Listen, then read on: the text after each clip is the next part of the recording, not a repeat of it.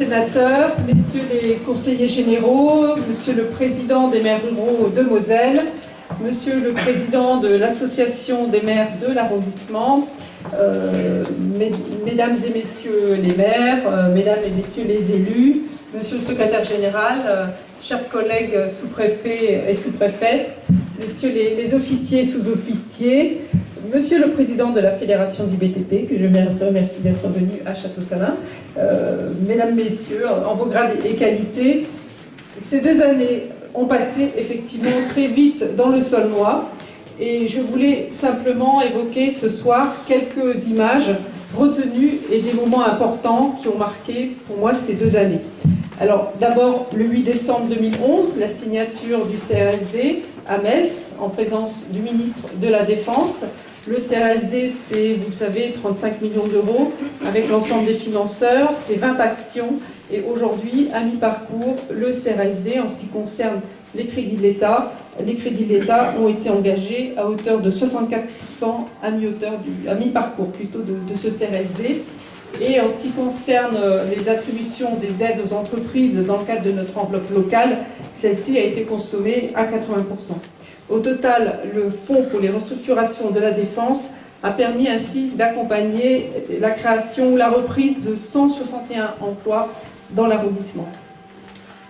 Une autre date importante, c'est le 8 février 2012, devant les 128 maires de l'arrondissement. Nous nous en souvenons, effectivement, c'était la date de présentation de l'étude financière sur l'impact d'une éventuelle scission de la communauté de communes, une étude qui a permis ensuite de consulter les 128 maires de l'arrondissement, les conseils municipaux et de connaître leurs décisions. Nous pouvons désormais, je crois, parler d'une intercommunalité apaisée après la consultation des communes qui ont souhaité, à la majorité, maintenir cet établissement public de coopération intercommunale après une période où les demandes de retrait renouvelées et l'annulation du budget avaient, je crois, entravé la bonne coopération intercommunale. Un autre moment dont je me souviens, c'est les différentes rencontres qui ont été organisées à la sous-préfecture en 2012, en 2013, avec l'appui de la Chambre de commerce et d'industrie, avec l'appui de la Chambre des métiers, de la Maison de l'emploi, de Pôle emploi, de la mission locale. Ces rencontres qui réunissaient des entreprises, des partenaires de l'emploi, pour mieux se connaître, pour parler des besoins en compétences, pour s'informer sur les aides disponibles. Autant de moments d'échange, de moments de rencontre pour créer du lien, pour essayer de fédérer, pour entendre les difficultés des entreprises et chercher des solutions. C'était des moments forts aussi que nous avons vécus avec l'ensemble de l'équipe ici à Château-Salins.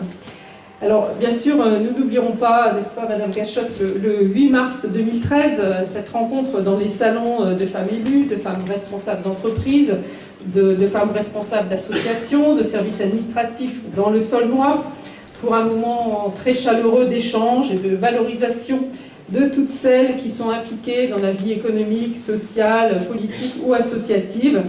Un moment vraiment sympathique et convivial, je crois, qui montre la richesse du Saulnois en termes de compétences et de capacités d'initiative.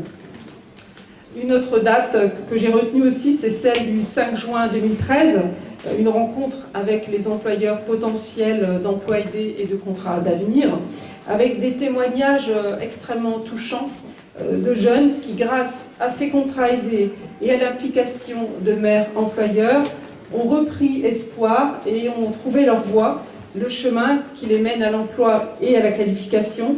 Et je dois dire, monsieur le secrétaire général, que entendre ces jeunes qui s'en sortent, qui regardent l'avenir avec confiance, je pense que ça vaut tous les discours sur l'intérêt des mesures pour l'emploi. Alors je me souviens aussi effectivement du 7 juin 2013, c'était la date de la tenue du Conseil départemental de l'éducation nationale, ici à Château-Salins, la signature du référentiel de l'école rurale avec monsieur le préfet et monsieur le président du Conseil général. Ce référentiel, il a pu s'écrire surtout grâce à l'implication de l'association des maires ruraux. Merci monsieur Merel aussi pour votre soutien, pour tout le travail produit par l'association des maires ruraux, avec les services de l'État, les services de l'éducation nationale, du Conseil général. Merci monsieur Gégère aussi pour votre soutien dans le cadre de ce travail et avec la participation aussi des associations de parents d'élèves et des organisations syndicales. c'est tout simplement un diagnostic de la situation en Moselle. Notre objectif, c'était surtout d'essayer d'outiller la réflexion et de renforcer la concertation sur tous ces projets d'école sur le territoire pour favoriser le maintien de l'école rurale dans le Saulnois. Alors, toutes ces dates, c'est uniquement quelques dates que je voulais mentionner parce que pour moi, c'est autant de moments forts, de moments de rencontres, de moments d'échange au cours de ces 2 années qui sont les aboutissements de différents projets.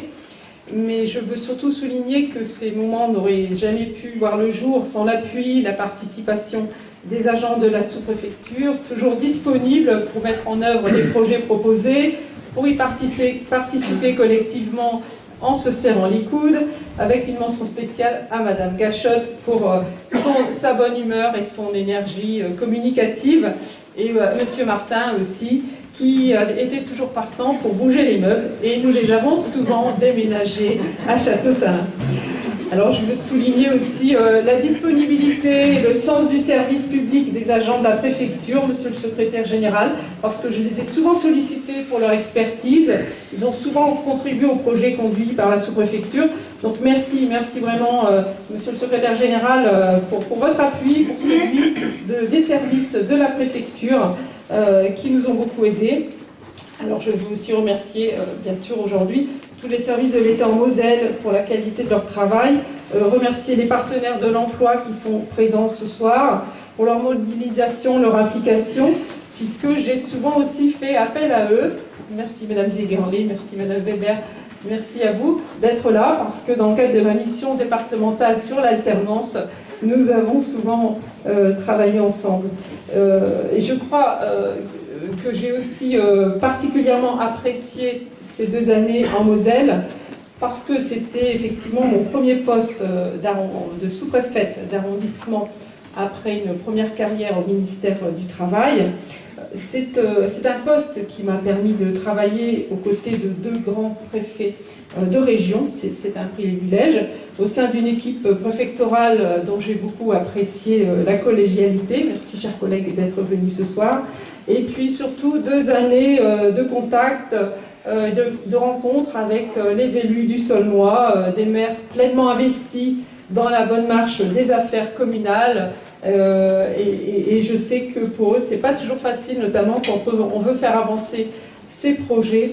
Et donc j'ai vraiment trouvé que dans le Saulnois, beaucoup d'élus étaient très investis, très impliqués.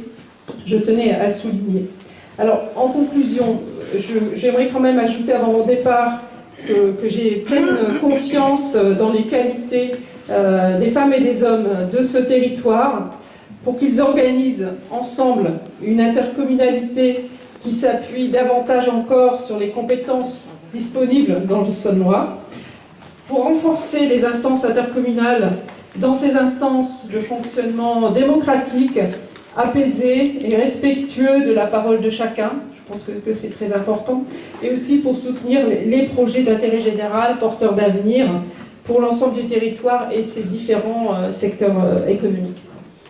Alors, en terminant, je voulais, comme c'est l'usage, vous faire part d'une citation, une citation de femme, bien sûr. Donc, j'ai choisi Olympe de Gouges. Olympe de Gouges, cette femme de lettres, femme politique, qui a écrit la Déclaration des droits de la femme et de la citoyenne, qui était guillotinée en 1793. Alors, Olympe de Gouges écrivait que tout être pensant, homme et femme, tout être pensant a le droit de se choisir librement une place dans la société. Tout être pensant a le droit de se choisir librement une place dans la société. C'est une jolie phrase. Et elle ajoutait ceci: le premier de tous les devoirs est d'être utile. Alors je crois que Madame Gachotte, que la sous-préfecture continuera à essayer de faire le maximum pour essayer d'y parvenir.